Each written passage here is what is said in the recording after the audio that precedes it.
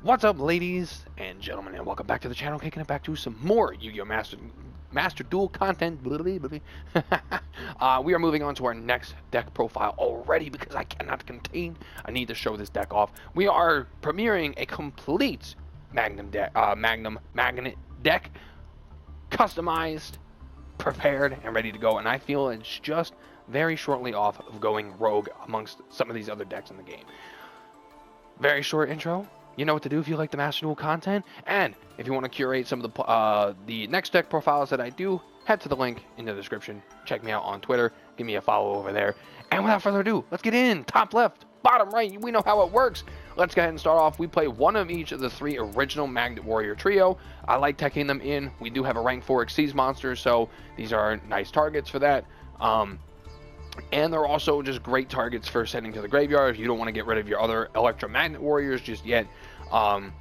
And, you know, good combo fuel, and they work well with the rest of the deck. They don't do anything, but they're just targets. I like taking in at least one of them because you got to have the original trio in a Magnet deck. Like, come on. You can't just not play these cards, dude. If you're playing a Magnet deck, you need to have these three. If you don't have these three in your Magnet deck, you're playing it wrong. Heard it here first. 3 Max Seek, don't even need to explain. It just helps out. This deck has a lot of functionality without excessive draws, but who doesn't like drawing cards, dude? Maxi, great card. We play 2 Doki Doki, so you could discard a rock monster, special summon 1 rock monster from your deck with the same original attribute and level as the monster that you sent away. This is great for just feeling, so like if you have, for example, you have a Century Soldier of Stone in your hand. I'll explain him in a second. You don't need him in your hand. You need him in the graveyard. You discard him, and you search out any of these level 3s. If you have a Delta in your hand, this is very specific, and you want to get out one of these guys so you can activate Delta's ability, Doki Doki is here. This card's phenomenal. I really like this card a lot. Most of the time, you'll pop it out, you'll use it its effect, and you'll use it for a Link monster. That's pretty much it. But very good for filling your field with a specific card that you need at that given time. We play 1 Century Soldier of Stone. If all monsters that you control are rock while this card is in your graveyard, you can special summon it. Great. It's level 3. Works for our rank 3 Xyz plays. Great card. Love playing this card. We've taken it in as a 1. Next up, we play Alpha, the Electromagnet Warrior. We play this card at a 3. So if he's normal summon or special summon, you can add 1 level 8 Magna Warrior from your deck to your hand. This is great for grabbing Valkyrion and Berserkion. And as a quick effect, during your opponent's turn, you contribute this card to special summon 1 level 4 Magnet Warrior monster from your deck. So you can grab out one of these guys, slap them out in the field. You can search for Delta. This is going to be your main target 90% of the time. But it's great for, he gets targeted by an effect. You can just pop this out, send out Delta, activate Delta's effect. This is also great for avoiding destruction. It's great for keeping your field full and avoiding pesky opponent effects. All of your Electromagnet Warriors will have this secondary effect, so I'm not going to bother explaining it once again.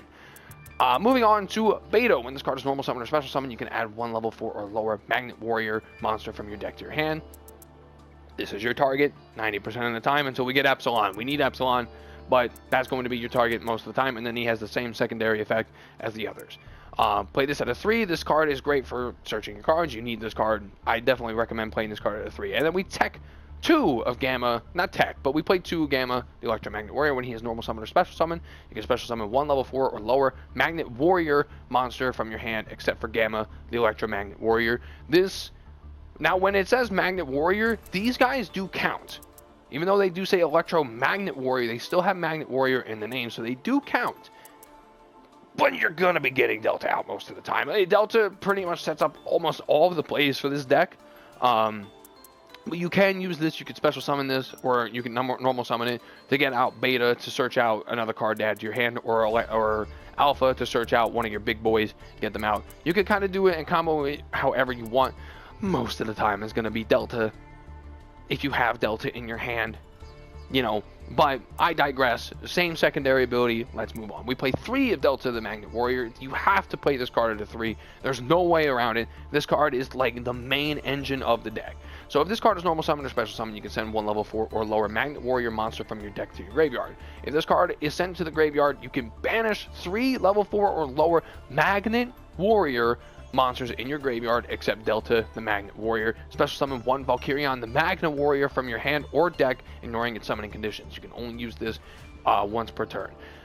Each effect once per turn. This is incredible because all you have to do is just send it to the graveyard. It could be from the deck, it could be from your hand, it could be from the field, and then if you have the right amount of cards in your graveyard, hello, here comes a 3500 beat stick with 380-50 defense that's going to slap the shit out of you. Yes. This card is phenomenal, absolutely phenomenal. Delta is the main engine of the deck, dude. You need to be playing this at a 3. Absolutely 1000% play this card at a 3. Next up, 2, Valkyrion, the Magna Warrior. Cannot be normal summon or set, number summon or set.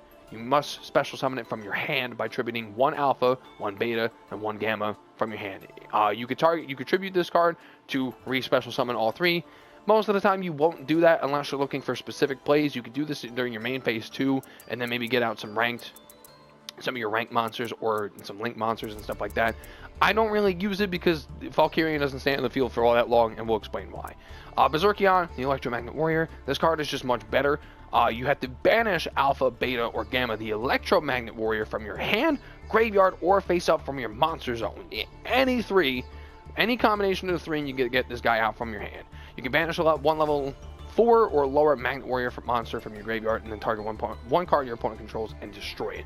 If this card is destroyed by battle, or if this card in its owner's possession is destroyed by a opponent's card effect, you can target one of your Alpha, Beta, or Gamma Electromagnet Warrior and special summon him. So if he gets popped for whatever reason, your 3 guys are coming back, and they're all going to activate their abilities at the exact same time.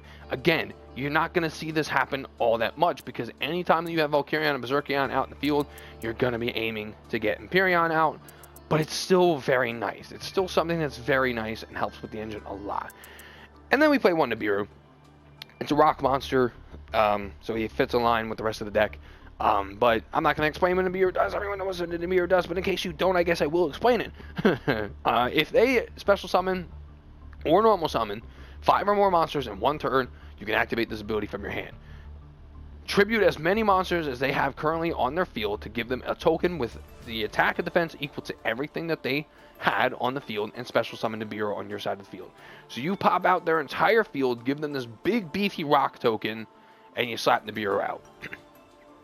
And the reason why this is so good for this deck in particular is because you have this right here, who can destroy that token, even no matter how beefed up it is. This right here, who will more than likely go through its defense, because most of the monsters in this game don't have great defense. You have ways of getting around their Nibiru token. I think this is a great card to just Tekken, and it's just a 1.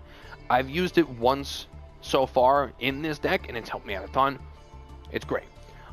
Moving on to the spells and traps. We have Polymerization. Basic card. You're going to be using this to fusion some of these 2 into Empyreon. But we'll explain more of why this card is so key in this deck later on when we get to that 1 link monster down there that you guys can already see. 1 monster reborn, don't need to explain. 1 terraforming. For this card right here, don't need to explain. We play 1 Pot of Extravagance. Now, your extra deck is very useful for this deck, but you can actually afford at least 1 Pot of Extravagance, because I set it up to play 3 copies of everything except for these generic staples. These guys are so specific, so it's like you can activate 1 Pot of Extravagance and probably still have enough in your extra deck to really make some useful plays. So I tech it in as a 1. Just a 1, you know, a nice draw 2 cards. You can't go wrong with it. Next, we play Adamantipator Signs. Now, ignore the second effect. This is only here for the fact that you can target 1 rock monster in your graveyard and special summon it in defense position. Activate your plays, baby. You don't need the second effect because we don't play any Adamanticipators, but it's a great card to take in a 2 to keep filling your field, keep your monsters going, keep your monsters alive. Next up, Magnet Induction. You need to play this at a 3. This card is an absolute must, and this is why. If you control a Magnet Warrior monster whose original level is 4 or lower, special summon 1 level 4 lower Magnet Warrior monster from your deck with a different name than the cards you control. Also, for the rest of this turn, after this card resolves, Magnet Warrior and Magna Warrior monsters you control cannot be destroyed by battle or by card effects. This is great. This card is phenomenal. If they don't Ash Blossom this, if they don't negate this, your cards are free to do whatever the hell they want for the rest of the turn. and you can set up some cheeky plays where you can get Berserkion out. He's free to do whatever the hell he wants. Go into main phase 2, activate Polymerization, or your Mr. Anaconda down there. We'll get to him, don't worry, but you see him already. And they can't do anything about it. And then bam, you got this dude sitting on the field ready to negate anything that they activate next turn. Amazing card. Magnet Induction needs to be played out of 3, 1000% at all times. Next up, we play 2 Magnetic Fields. If you control a level 4 or lower Earth Rock monster, it could be these as well. Does not have to be the Magnet Warriors. You can target 1 level 4 or lower Magnet Warrior monster in your graveyard and special summon it. You can only use this effect of Magnetic Field once per turn. Once per turn, at the end of the damage step, when an Earth Rock monster you controlled battled an opponent's monster, but the opponent's monster was not destroyed by battle, you can return that card to your hand.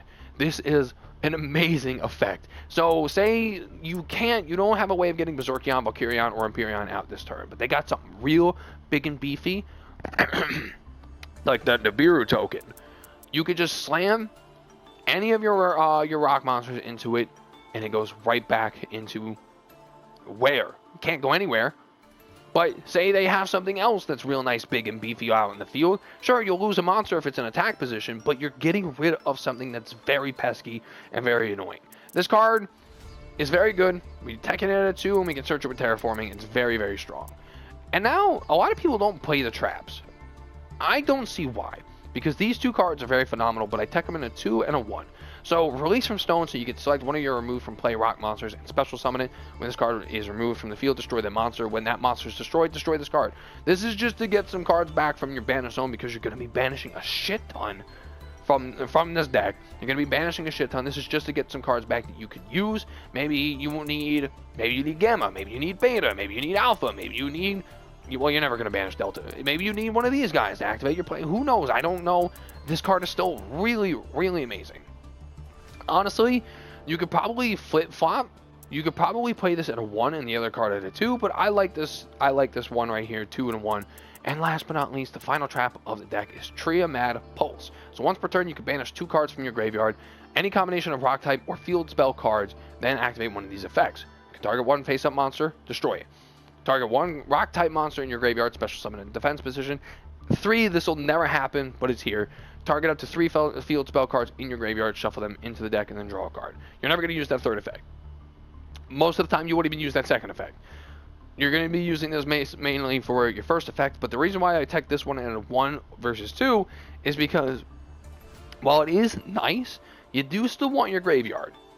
You do still want your graveyard, and we have plenty of ways of popping monsters and stuff like that, but it's nice to have as an extra backup.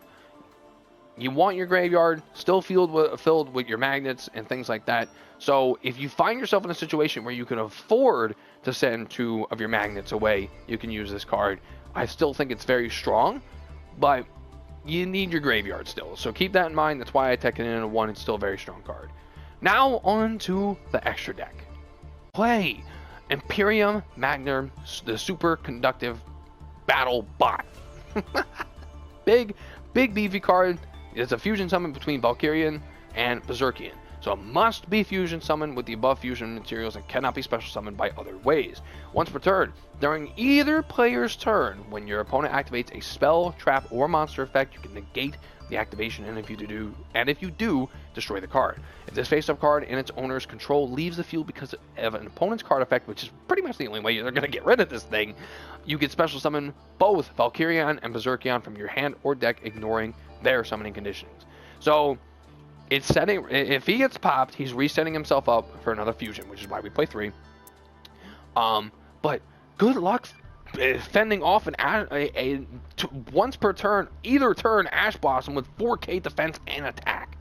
This card is insane and is a must play, and the one card in particular, which you already see it, I know you see we're going to talk about him right now, screw the other cards right now, this card makes this deck so much better. So ignore the first effect. We don't care that we could turn all cards into dark. The main meat of this monster, you can pay 2,000 life points and send 1 fusion or 1 polymerization normal or quick play spell from your deck to your graveyard. This effect becomes that spell's effect when this card is activated. You cannot special summon monsters for the rest of the turn, but who cares? You got Valkyrian and Berserkion in your hand, but you don't have polymerization? Verte Anaconda, baby. It's limited to 1 for a reason. This card is broken. This card is broken. especially for decks like this that can really need this help. I have gotten so many first turn Empyreans out. What is your opponent going to do? What are they going to do? They cannot do anything. That's what they're going to do. This card makes this deck, and I'm so happy that it exists because Verte, Anaconda, love you, buddy. Now let's move on to the Xyz monsters. We play 3 Gorganic Guardians, or Gorganic Guardian, sorry. So you can detach 1 XYZ material to target 1 face-up monster your opponent controls. The attack becomes 0, and if it does, its effects are also negated. Super strong. You play a bunch of level 3s, you're going to get this out quite often. Once per turn, you can target 1 monster on the field with 0 attack and destroy. That does not need an Xyz drop for it. You can just do that regardless. So if it's in defense position, you can still get rid of it. You don't have to worry about wasting an attack on it. This card is phenomenal. Played at a 3. Next up is Gallant Grand Knight. So you can requires 2 level 4 monsters, which is again why we play these guys here. This card is super valuable. So you can detach a material, add 1 rock monster from your deck to your hand, or special summon 1 rock monster from your hand in face down defense position. This card is phenomenal. It just helps, fill your field. Nice, decent 2300 attack. Very strong card. Played at a 3. And then we got our basic stuff. So we got Nightmare Cerberus, pop a special summon monster. We got Nightmare Phoenix, destroy spell or trap. Then we play Barricade Board Blocker. Get your field spell back. Most of the time, I don't find myself using these, but they're nice staples to just toss in the deck just in case I do need them. I have used Nightmare Phoenix at least once or twice so far. It's helpful, and since you discard cards, you get some of your magnets and stuff into the graveyard. They're pretty useful. And then why not just play 2 of this, dude? This card, we play level 7s and higher, so you can activate this card's effect. Blackluster Soldier, the Soldier of Chaos. I went over this card in my last deck profile video, but I'll go over it again really quickly. If you have not seen the Blackluster Soldier deck profile, I highly encourage you to go back and check it out real quick. But if you link summon this card using a level 7 or higher monster as a material, it can only be 1. Your opponent cannot target it with card effects, cannot be destroyed by card effects. So when this card destroys an opponent's monster by battle, activate 1 of these effects. Gains 1500, permanent. It can make a second attack during your next battle phase, never use it. 3, banish 1 card on the field, any card on the field. Why not just tech this card in a 2? I will say, especially since we play 2 level 8s, and there have been situations where I've had them both out in the field at the same time, you might want to consider playing this. Now, the only reason why I don't is solely for the fact that I haven't crafted it yet, and I'm low on resources like you would not believe. But this card this card right here, Harbinger Dragon Titanic Galaxy, is phenomenal and would be an amazing card to tech in a 1. So what this card does is you can, when they activate a spell card or an effect is activated, you can negate the effect, and if you do, you attach it to this monster's material. When an opponent monster is declared an attack, you can detach 1 material from this card, change the attack target to this card, and perform damage calculation. If a face-up XYZ monster you control is destroyed by battle or card effect, you can target 1 face-up XYZ monster you control. It gains attack equal to 1 of those destroyed monsters' original attack. This card's phenomenal in this deck. Again, I would be playing it at least a 1 if I actually could craft it, but I'm very dry on resources right now, so I highly encourage you guys to tech this card in as a 1 because we play plenty of XYZ monsters. You're going to find yourself beneficial, and it's another way of getting rid of card effects and spell effects if you don't have Empyrean out in the field, but you can get these 2. For whatever reason, it's a nice tech of 1 in the deck. I very highly encourage you guys play this at least a 1. But real quick before we close out, the one thing I did forget to go over is this deck's strengths and weaknesses. So the strength of this deck is just versatility. You can do so much with any kind of hand that you get. Magnet, all these guys just activate all of your abilities all at once. And the other thing is getting your fusion out very, very easily thanks to Verte Anaconda. You get this guy out in the field, it's very hard for your opponent to recover. I'm talking super, super hard for your opponent to recover. I will say though, the biggest glaring weakness this deck has is if you can't get to this big guy, you're stuck with a bunch of meandering cards. That's why we do play some cards to help mitigate this, but if they stop you for whatever reason, you're going to have a little bit of a hard time. That's really the only weakness this deck has, is if they somehow stop you from getting your Empyrean out, you got to kind of work with what you have. You have other ways of getting Berserkion out, you have other ways of getting Valkyrion out, but other than that, it's still relatively rough if they stop your Empyrean plays. But at the same time, that's super, super hard for them to do. That's literally one of the deck's only weaknesses. And outside of Empyrean, another weakness is there's really no negation on the field. There's no way to stop off pesky traps and stuff going off just because we don't really have anything that can cover that kind of a ground to fit in this deck. I mean, you could play Solemn Judgment, and you could play some other negation cards to get rid of like these cards here, but I still kind of prefer these cards for the way the deck plays, personally. So my version of this deck just kind of suffers in that way, but ultimately the deck is still super strong and super powerful, with just maybe a weakness or two here and there. Like, you can help mitigate those weaknesses by playing different cards, but I digress. That's what we're working. And there we go. That is the deck profile for Magnets who are just so shy of being a rogue deck to compete with other rogue decks. I think this deck is super, super, super strong. I think this deck can actually make you get to platinum if played optimally and correctly. This is the way I prefer to play this deck, and I've been having a ton of fun, having an absolute blast, just slapping people with this card, dude. You get Empyrean out, it's such an uphill battle for them at that point on. So let me know what you guys think of the deck. Let me know if this is something that you guys would actually like to run. I would love to get more Magnet players out there. I would love to get more people playing different decks. So, if you enjoyed the video, you know what to do. If you want to help curate the polls that I create to make my next decks, head to my Twitter profile in the link down below and give me a follow over there. But that's the deck, guys. I hope you guys enjoyed the video. Thank you guys so much for watching, and I'll see you next time. See you.